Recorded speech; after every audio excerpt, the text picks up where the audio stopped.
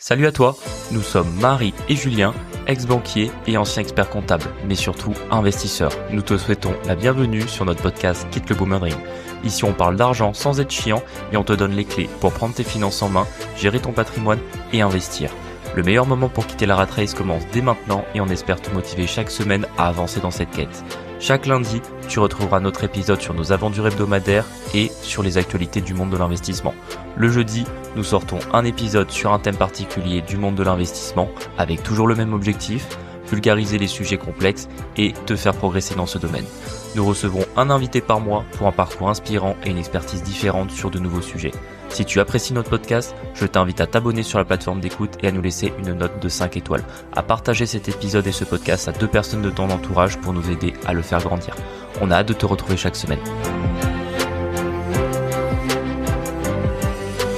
Bienvenue dans ce sujet de la semaine. Vous avez écouté lundi pour les boom anecdotes et les actualités. Là, on rentre dans le vif du sujet de l'épisode qu'on a préparé cette semaine, les 5 croyances qui empêchent d'investir. Et je pense que c'est assez intéressant parce que on les a travaillés, on les a réfléchis et c'est vraiment à chaque fois des croyances limitantes qu'on voit partout dès que soit on parle avec un ami qui nous parle d'investissement, soit parfois avec des gens qui veulent se lancer dans l'investissement. C'est vraiment les grands thèmes qui reviennent. On vous aide justement à les comprendre, à les casser, à les apprivoiser. Exactement. Après, en fait, je pense qu'elles sont surtout très humaines. Tu vois, je pense qu'en fait, on les a tous avant de démarrer, tu vois.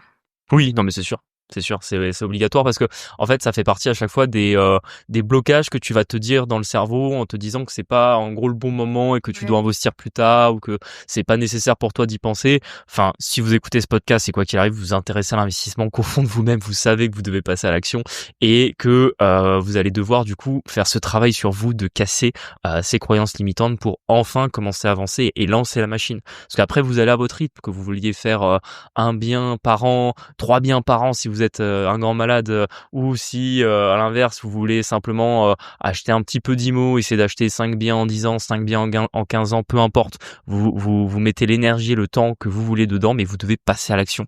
Et tant que vous aurez ces croyances-là, vous ne passerez pas à l'action. Déjà, pourquoi est-ce qu'on en parle ? Je pense que principalement c'est pour ceux qui les ont et qui sont vraiment freinés par elles. C'est un peu de se rendre compte qu'on n'est pas tout seul et que tout se débunk. D'une manière générale, tout se débunk. Ah, complètement.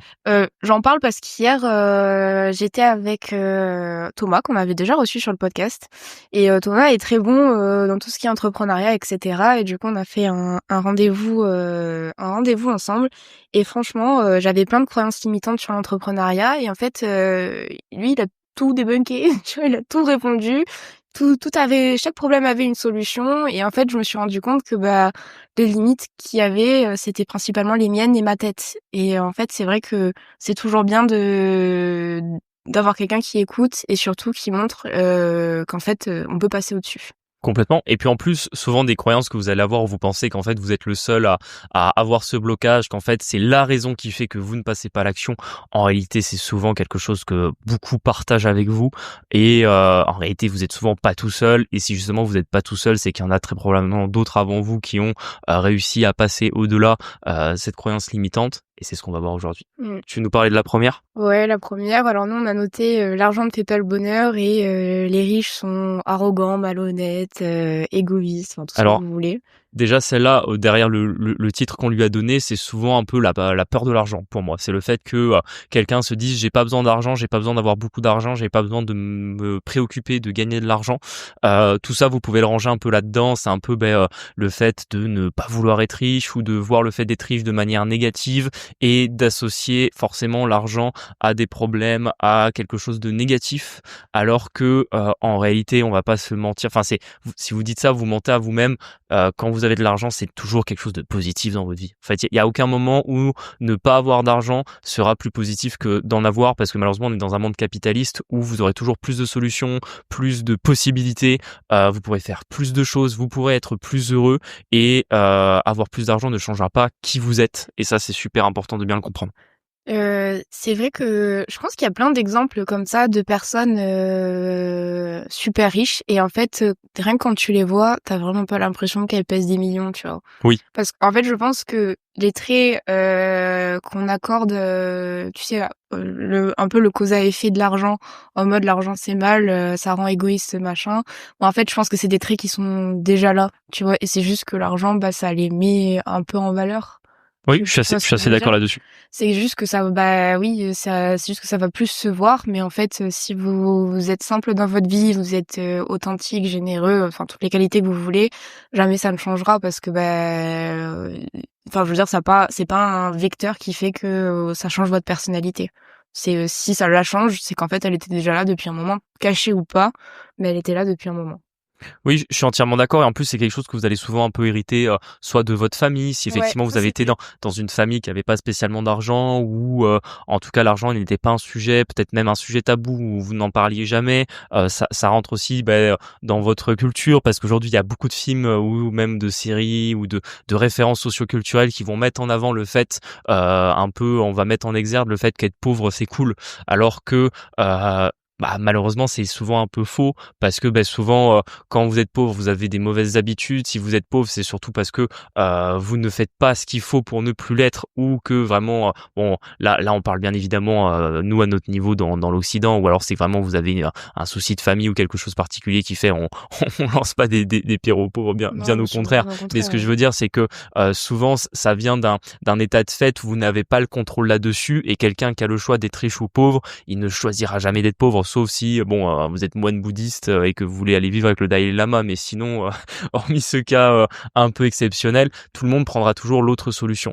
Et c'est vrai que ça c'est super important de bien comprendre que d'être riche c'est un amplificateur de ce que vous êtes. C'est-à-dire que si vous étiez bon à la base, que vous vouliez faire des bonnes actions, être riche ça vous permettra simplement de faire encore plus ces bonnes actions ou de simplement faire encore plus ce que vous faisiez.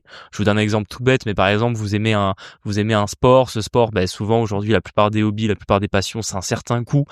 Plus vous avez d'argent, plus potentiellement vous pouvez investir dans votre passion, plus vous pouvez devenir bon là-dedans, plus vous pouvez vous éclater là-dedans, et moins vous allez avoir l'impression d'être limité par votre budget, ce qui est souvent quelque chose un peu de frustrant finalement dans votre vie. Donc vraiment, ça n'aura que des points positifs, et ça veut pas dire qu'il faut vivre pour l'argent, bien au contraire, c'est uniquement un moyen d'arriver à des choses. Je pense que tu as raison, en fait, c'est que c'est vraiment un vrai outil de faire autre chose. Effectivement, l'argent lui-même ne vous rendra pas plus heureux, je pense, mais par contre, il peut contribuer à vous offrir ce qui vous rend réellement heureux. Et c'est là toute la différence, et c'est ce qu'il faut garder en tête. N'ayez pas honte de gagner de l'argent. En réalité, tout le monde, même celui qui vous dit qu'il aime pas ça, aime avoir de l'argent. Bon, maintenant qu'on a cassé celle-ci, il y a la deuxième qui est tout aussi importante et tout aussi répandue, qui est le marché est trop cher, une crise va bientôt arriver, et ça vous l'avez, que ce soit en bourse, Ah, en on entend tout immobilier. le On vous temps, dit ouais. toujours que par exemple effectivement l'immobilier fallait en faire dans les années 90 parce qu'aujourd'hui c'est beaucoup trop cher. La bourse pareil, quand on regarde les dernières années, le marché il a fait que monter. Là vraiment je vais acheter sur le pic, et puis j'ai vu quelqu'un qui est passé sur BFM Business qui a dit que de toute façon la dette des États c'est un vrai problème, qu'on était à l'aube d'une giga crise financière et que de toute façon on valait mieux attendre. Ça c'est vraiment une croyance qui est vraiment très répandue et qui est due on peut penser que c'est un manque de technique, un manque de connaissances, en mode vous n'avez pas la connaissance de vraiment comment fonctionne le marché, alors que c'est purement une croyance limitante qui en fait vous désintéresse du fait de passer à l'action ou de simplement mettre un peu les mains dedans, alors que simplement vous pourriez le faire. Mmh. Et ça, c'est vraiment super important de le comprendre. C'est que par exemple, si on prend l'immobilier, alors certes, l'immobilier, il a fait que monter sur les 50 dernières années, mais il faut aussi voir que la quantité d'argent en circulation et la valeur de l'argent a énormément diminué sur ces 50 dernières années. Certes, en rapport un peu au salaire moyen, l'immobilier est beaucoup plus cher qu'aujourd'hui.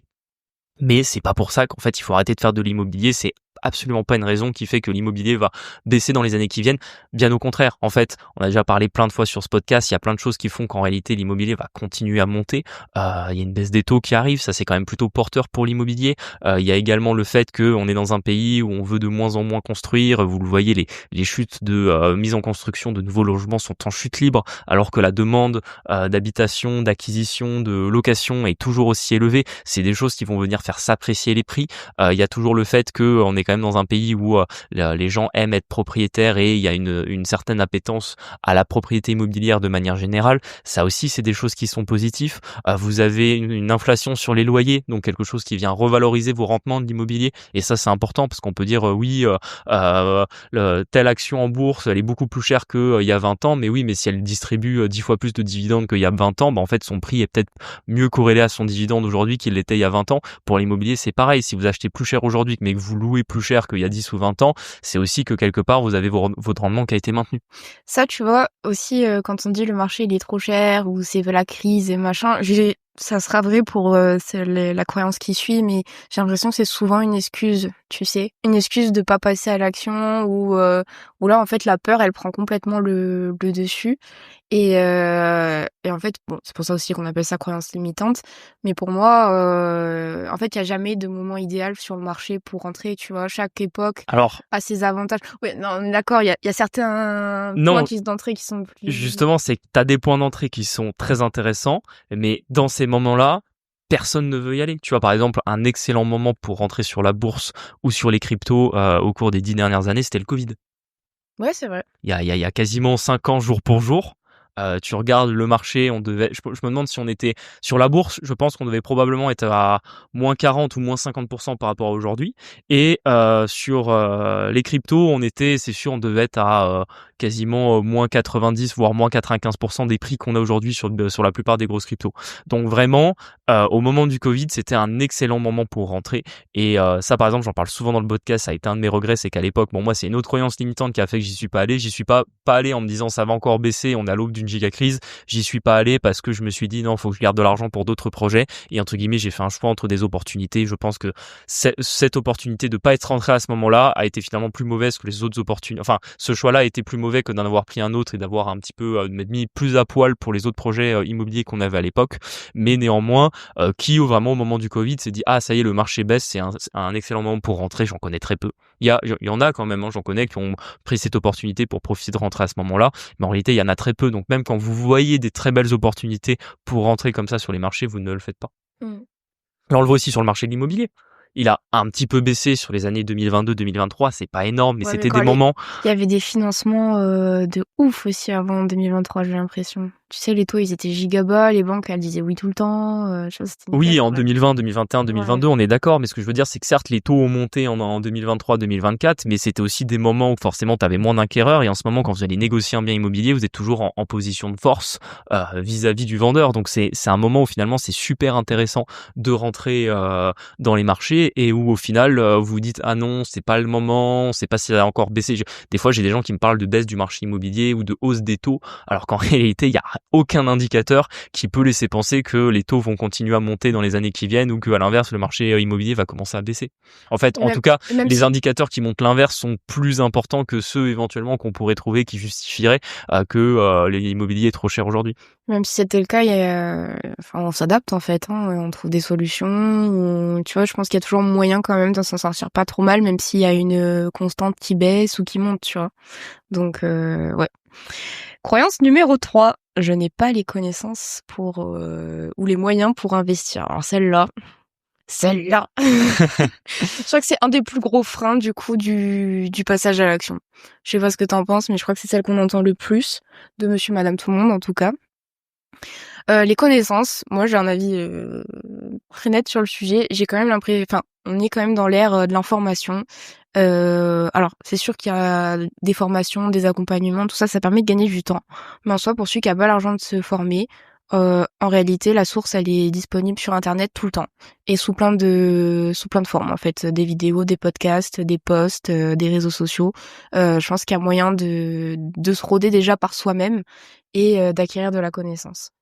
Oui, et puis c'est toujours le même sujet, c'est qu'en fait, il y a pas besoin forcément d'être un expert d'un sujet pour se lancer. Au contraire, il faut commencer, et c'est pour ça c'est toujours pour ça qu'on recommande de commencer petit. Par exemple, l'investissement en bourse, en crypto, vous commencez à quelques centaines d'euros par mois, pas plus, vraiment pour commencer à vous faire la main, à comprendre un peu la logique, avoir une certaine maturité sur ce type d'investissement. Pareil sur l'immobilier, vous commencez par un studio, un appartement, vous commencez pas tout de suite par une opération de 20 appartements sur un giga immeuble à 2 millions d'euros. Vous voyez, il y a toujours une étape qui fait que même au début, quand vous vous lancez, vous n'êtes pas expert et pour autant, vous arrivez quand même à avancer, à progresser, à acquérir de l'expertise. Nous, ça a été notre cas. Quand on a commencé, on n'était pas expert en crypto, on n'était pas expert en bourse, on n'était pas du tout expert en immobilier.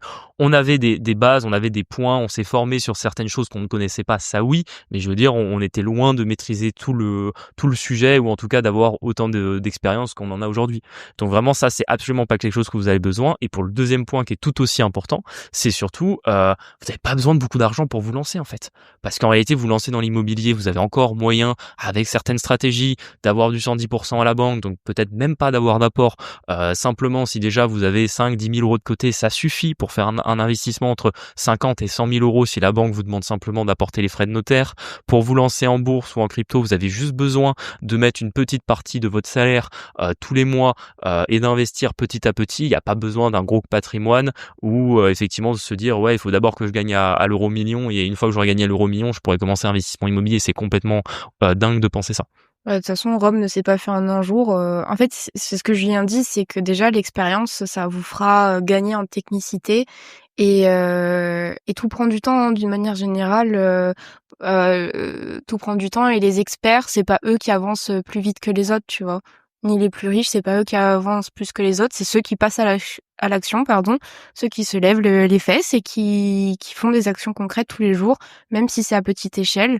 C'est eux au final qui sont qui deviennent les vrais experts, tu vois. Complètement. Puis en plus, on sous-estime toujours un peu l'énergie qu'on va commencer à déployer quand on commence à investir dans l'immobilier ou en bourse de manière générale. C'est-à-dire qu'en fait, votre expertise, elle va aller de manière croissante et exponentielle. Pareil pour l'immobilier, votre réseau au début, c'est normal. Vous commencez, vous connaissez pas d'artisans, vous connaissez pas d'agents immobiliers, vous connaissez peut-être à peine votre banquier. Et petit à petit, vous allez créer vos partenaires, vous allez arriver à avancer. Et en fait, c'est normal. Et le seul moyen de, entre guillemets, conjurer un peu le fait que vous partez sans avoir toutes les cartes en main, c'est de justement travailler pour obtenir ces cartes-là. Et ça, c'est super important de le comprendre.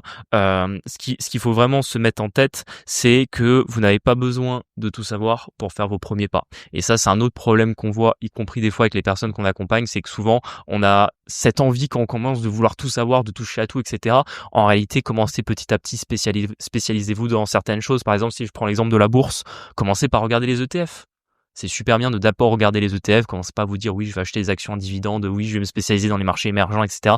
Il n'y a pas besoin, vous commencez petit à petit, étape par étape. Excuse-moi, tu voulais parler depuis tout à l'heure, je te laissais pas la parole. Non, en fait aussi, c'est pour ceux qui disent ouais, j'ai peur de me tromper, etc. Ça vient un peu avec le j'ai pas de connaissances, j'ai pas les moyens. Spoiler, vous allez vous tromper. Et nous, par exemple, on se trompe, alors de moins en moins, mais on s'est trompé. On se trompe encore des fois aujourd'hui. Et en fait, c'est le gain d'expérience est là, en fait, c'est en se trompant. Alors, je vous dis pas de prendre des risques démesurés, mais de toute manière, rien ne sera jamais parfait. Il faut vraiment se retirer ça de la tête. Et les erreurs, des fois, elles vous font apprendre un peu plus que la vraie connaissance pure et technique, tu vois. Complètement. On va pas vous faire du mindset à 2 balles en vous disant je ne me trompe pas, j'apprends. Toi, jeune entrepreneur. Exactement. Mais par contre, c'est vrai que en fait, la route de la richesse, c'est faire des très bons investissements qui seront toujours meilleurs pour votre patrimoine que, entre guillemets, les erreurs sur lesquelles vous allez perdre de l'argent. Je vous donne un exemple tout bête en bourse, c'est que grosso modo, on dit souvent qu'un bon investissement en bourse, vous devez toujours arriver à faire, on va dire, un facteur de 3 sur un bon investissement que un investissement où vous êtes perdant. Que grosso modo, sur les bons investissements, vous devez faire au moins x3 sur ce que vous étiez prêt à perdre, alors que sur les mauvais investissements, si vous perdez 1. Franchement, c'est une bonne manière de voir les choses. Effectivement, vous allez forcément avoir des moments où vous allez perdre un peu. On a déjà parlé une fois dans ce podcast et là, c'était un point sur lequel moi, d'un point de vue état d'esprit, j'avais dû travailler, d'accepter de perdre de l'argent qu'on peut pas gagner à tous les coups, qu'on peut pas tout maîtriser. Ça, malheureusement, c'est un sujet que vous allez devoir prendre à bras le corps et qui, je pense, est la meilleure manière de contrer un peu votre manque de connaissances ou votre peur d'investir du fait d'accepter de vous tromper, tout simplement. La prochaine, c'est je dois d'abord régler ma vie avant d'investir. Putain, celle-là aussi, on l'entend assez souvent. Ouais, celle-là, on l'entend beaucoup trop. Le truc de se dire il y a des choses plus importantes à faire avant d'investir. Ou j'ai ça à régler d'abord, Où tu comprends, ma grande tante Michu, elle est malade pour l'instant, mais ça doit aller mieux dans 6 mois, donc dans 6 mois, je verrai pour investir, alors qu'au final, votre tante Michu, vous allez jamais la voir et qu'elle a strictement aucun rapport et quand simplement vous trouvez une excuse pour pas passer à l'action. Exactement. Et ça revient un peu à ce qu'on a dit avant. En fait, ça sera jamais parfait. Les conditions ne seront jamais réunies pour que vous passiez à l'action. Déjà parce que votre cerveau va en créer des nouvelles à chaque fois. Tout à fait. Et la réalité, c'est que c'est jamais le moment idéal, en fait. Et que la vie évolue, c'est-à-dire que si vous attendez d'être dans un moment de votre vie où tout va bien, vous n'avez aucun problème, vous êtes célibataire, vous n'avez pas d'enfants, vous avez du temps, à votre boulot ça se passe bien, et en plus c'est un bon moment pour rentrer sur les marchés, ah là franchement vous alignez les planètes, je pense que d'un point de vue statistique vous avez plus de chances de vous mettre au jeu d'argent que d'arriver à réunir tout ça dans votre vie en même temps. La réalité c'est qu'il faudra à un moment donné se faire un peu mal et qu'il y aura toujours des petits problèmes dans votre vie qui vont venir compliquer un petit peu les choses. Nous ça a été par exemple, toi Marie t'es bien placée pour avoir eu des soucis à ton travail plusieurs fois, pour autant t'avais des soucis au travail la semaine, t'avais pas envie de retourner travailler le lundi, en plus les week-ends, les dimanches on faisait les visites, on faisait les mises en location, on faisait les chantiers, voilà, à un moment donné il faut se faire un peu mal et des fois on se disait c'était vraiment pas le bon moment de lancer un nouvel investissement parce qu'on n'avait pas terminé le précédent, etc. Pareil, on se faisait violence, on s'est dit non, on veut aller vite, on veut du résultat, il faut qu'on y aille maintenant et qu'on perde pas de temps.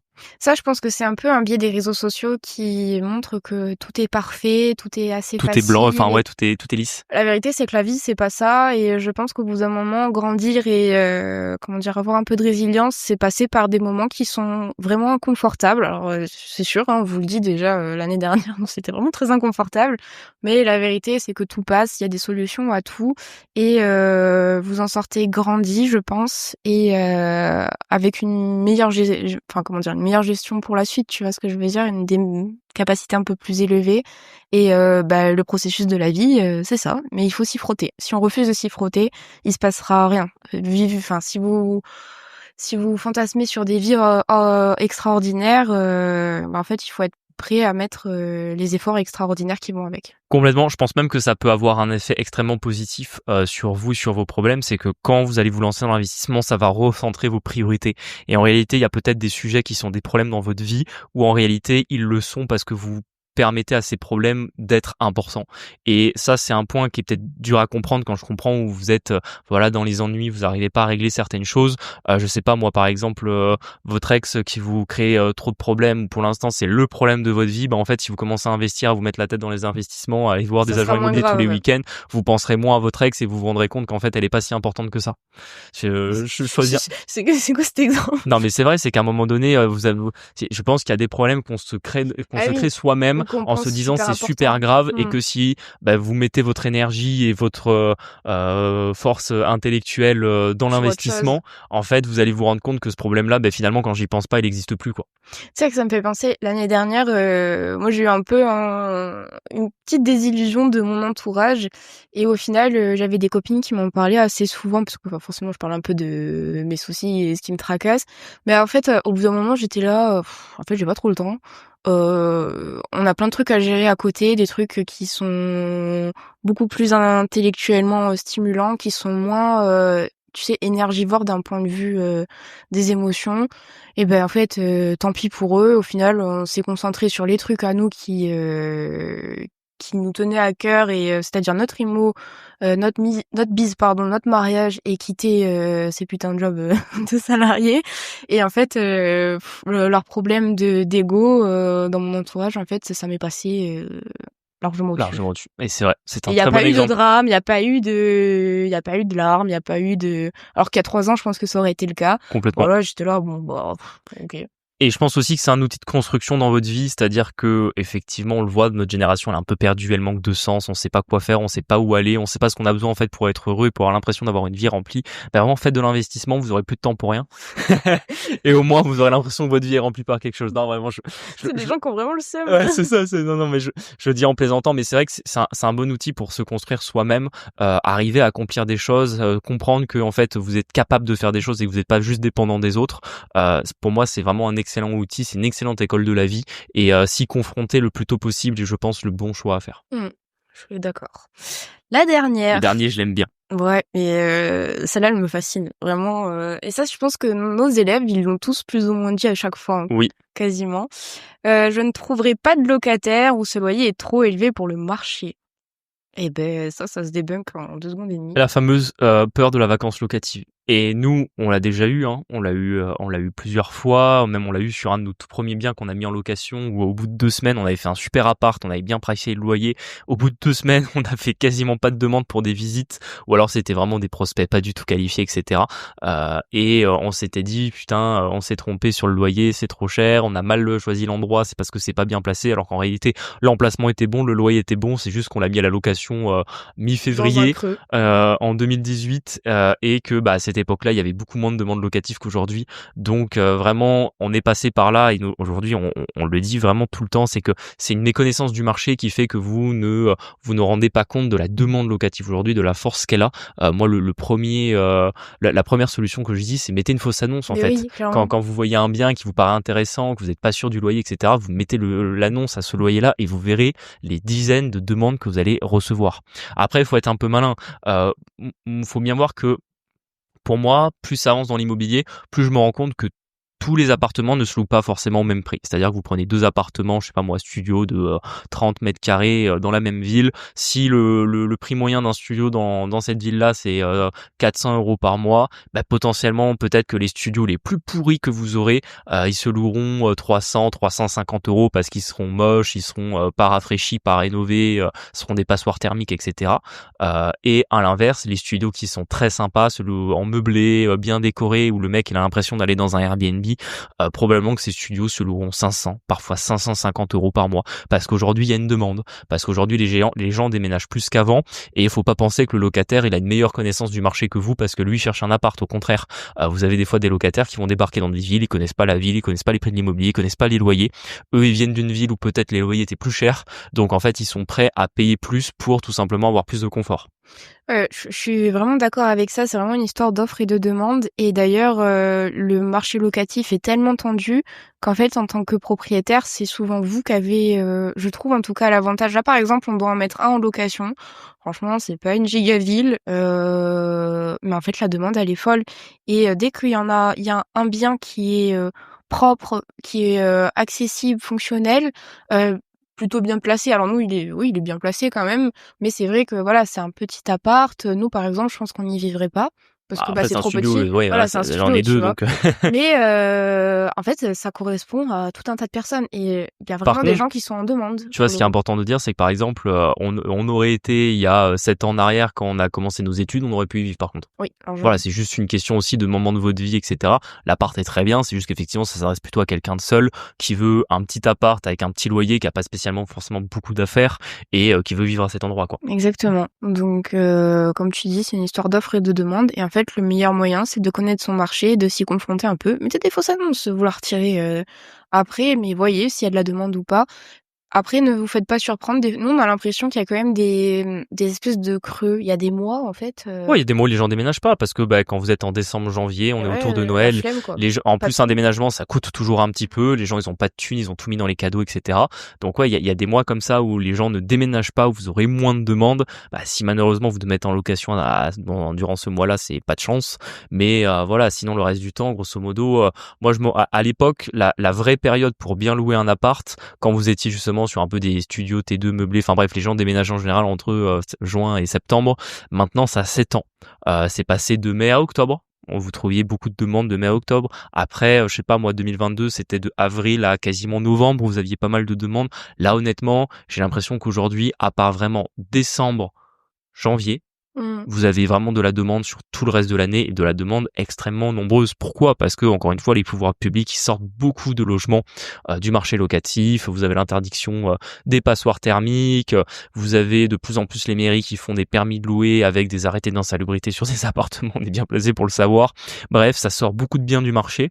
Donc, vous avez beaucoup de gens qui quittent ces appartements qui ont besoin de se reloger dans d'autres biens et qui ne trouvent pas. Vous avez aussi une pénurie de construction des logements sociaux, de construction des...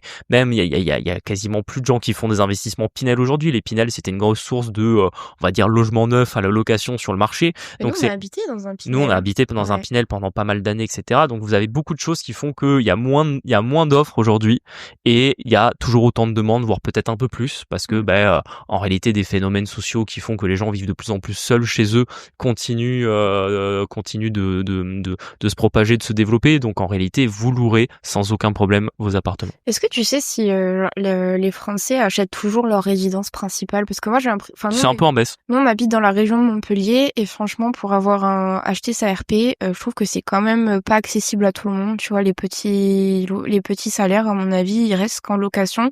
Et j'ai l'impression, alors pas trop les vieux, quel hasard, mais surtout les jeunes. En fait, j'ai l'impression qu'il y a de moins en moins de personnes qui achètent leur RP. Après, ça peut être que Oui, une impression. une impression de notre cercle, des gens qu'on fréquente, etc. Mais j'ai l'impression qu'en fait, on n'est pas beaucoup à avoir déjà notre RP, tu vois. Je pense qu'on est dans une zone qui est très chère. Du coup, je pense que les jeunes achèteront de plus en plus tard dans notre zone. Mais je pense que dans le reste de la France, Ça va, ça s'équivaut. ouais, ça s'équivaut. Après, il y a quand même un taux de propriétaires qui est globalement en baisse dû au fait aussi que le taux de pauvreté, malheureusement, augmente en France depuis pas mal d'années. Mais c'est vrai que même, on peut nous dire, parce que la dernière fois, on m'a dit quoi? On m'a dit oui, mais bon, toi, tu loues facilement tes appartements parce que du coup, dans le sud, de manière générale, etc., c'est plus facile de louer. Alors qu'en réalité, non, la demande locative, on la voit même dans des villes comme Troyes, comme Dijon, comme Chalon-sur-Saône, comme Agen, comme Dinan, tout ça, c'est des villes où on le voit avec les personnes qu'on accompagne, il y a de la demande locative vraiment de fou dans ces villes-là, quoi. Mm. Je pense qu'on a fait le tour des croyances. Est-ce que tu avais quelque chose à rajouter? Non, je pense qu'on a fait un bon tour là-dessus. C'était un bon épisode. N'hésitez pas à nous dire si il vous a plu, si vous l'avez écouté jusqu'au bout, à nous faire vos retours également si vous aimez un peu cette première semaine de cette test. première semaine de test où voilà, on divise les deux parties de notre de nos podcasts en 2 épisodes distincts. Et puis on se dit à lundi prochain. À lundi prochain pour de nouvelles aventures. Merci à vous. À bientôt. Ciao. Ciao.